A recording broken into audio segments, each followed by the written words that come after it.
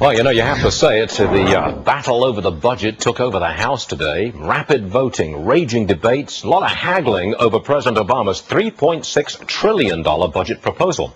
Democrat Jim Matheson in the middle of it all, breaking party ranks. He's a Democrat. He's going against the president's budget.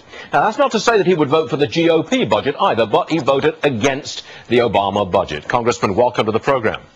Well, thank you. Is there some part of the budget, whether it was health care, energy, whatever, what was it that you really didn't like? You know, there were a few specific parts, but I have to say the main issue is overall is spending is growing at a greater rate than inflation. You know, if you look at last year's budget, spending went up 9%. Here again, we're going 2% more than inflation. This compounds year to year when you move the baseline each year up greater than inflation, and that's really the overall and general reason why I don't support this budget. Is I'm just concerned that it shows government growing too fast. So why are you a Democrat? You know, I mean, this is vigorous spending growth. We're in a nasty economic fix. You get out of it by spending a lot of government money. Isn't that the Democrats' mantra?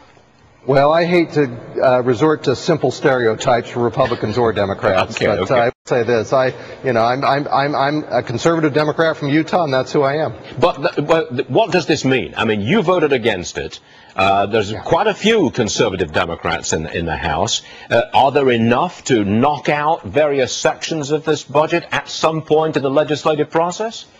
I think there are, in fact, already. If you look at the House version, it doesn't include money set aside from a cap-and-trade program, which is what the president had proposed in his budget. There were a number of us who said, wait a minute, don't assume you're going to have another source of tax revenues that you're going to go and fund other government programs with. Don't do that. So, for example, that's out of the House budget. So I do think on a number of specific issues, you're going to see a coalition of folks who are going to try to show restraint. Okay, if this is $3.6 trillion, given your druthers, how much of it would you knock out? Well, at a minimum, I guess I'd say I'd rather see government spending grow at inflation, if not below. I think just as a general statement, I'd rather see that. I don't know what the exact number is below $3.6 trillion. I do know this budget shows spending growth of about 2% over inflation, and that's 2% too much. How many House Democrats do you think go along with you? Can you give me a number on that? Well, we're just about to go take the vote, so I don't know exactly what that's going to be, but I suspect you'll see. You know, I'd be venturing a complete guess. 10, 20, 30, I don't know what it's going to be. Congressman Jim Matheson, a Democrat. We thank you very much for joining us, sir. I'm not being sarcastic. It was good to have you with us. Thanks very much. Thank you. House GOP out with its own version of the budget, pushed by Democrats to release a second proposal that includes hard numbers. However, my next guest